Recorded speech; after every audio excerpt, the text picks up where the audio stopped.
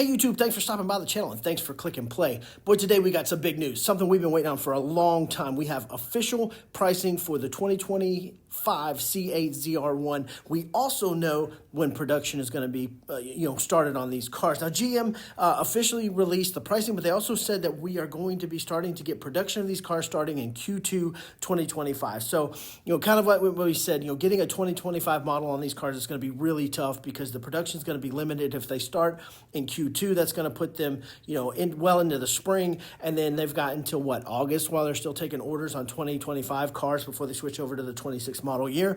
So getting a 2025 one is going to be very difficult. But if you're one of those lucky folks that's going to get an allocation in 2025 with a low production number on the return of the ZR1, it's going to be a halo car, and it's going to be something that's going to hold its value for quite some time. Now, let's get to the meat, right? The coupe is going to be starting at $174,995.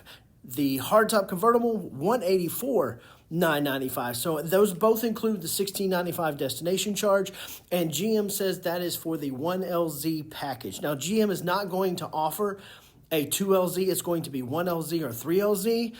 The 3LZ pricing is going to be $185,995 for the coupe and $195,995 for the hardtop convertible. So kind of where everybody was speculating. I know Justin from Horsepower Obsessed, Brandon from Brandon's Garages, we talk a lot about this on the live stream, and we've all come in about those prices where I was on the lower end.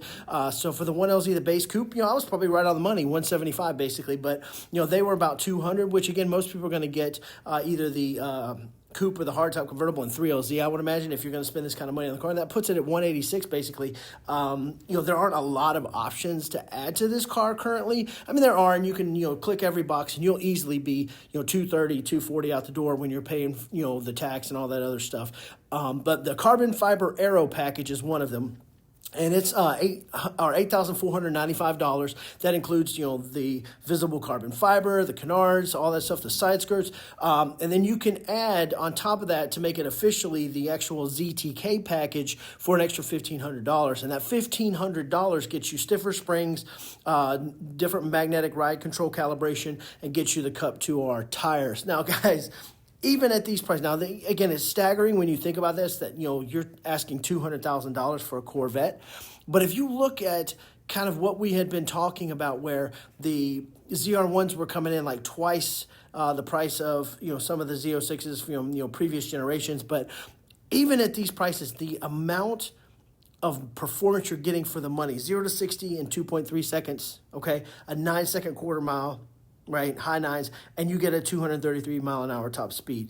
That is absolutely insane by any measure, even at the 3LZ convertible price with the ZTK package is going to come out basically at $205,000, and then you'll have to pay your taxes and your fees and all that. So again, guys, can you even believe we're talking about a $200,000 Corvette that is a hypercar by every definition, by the numbers? 0 to 60, 2.3 seconds is almost as fast as a Tesla Plaid with all-wheel drive, and it's an electric car.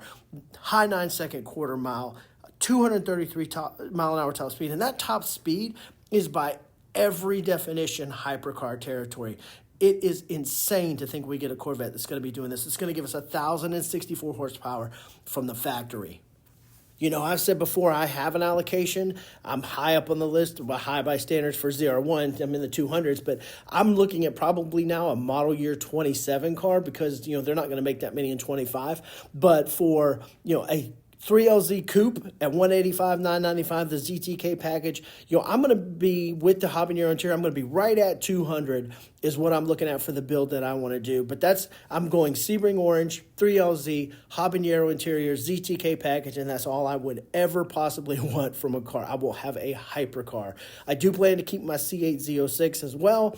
I just love that car. I think it's going to be a special car where it fits in the lineup, and it may be one of the last great, internal combustion engines in the naturally aspirated, because a lot of stuff's going to the turbo stuff. But, the competition this car is up against, still even at $200,000, the SF90, the GT3 RS, all these cars, even at $200,000, guys, as a base price, this thing is insane value performance. That is all you can say. There's nothing more to that.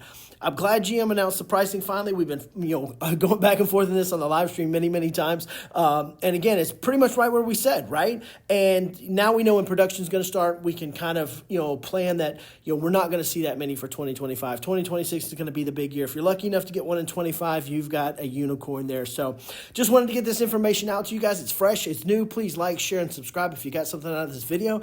We'll be talking to you here very soon. Until we do, stay safe.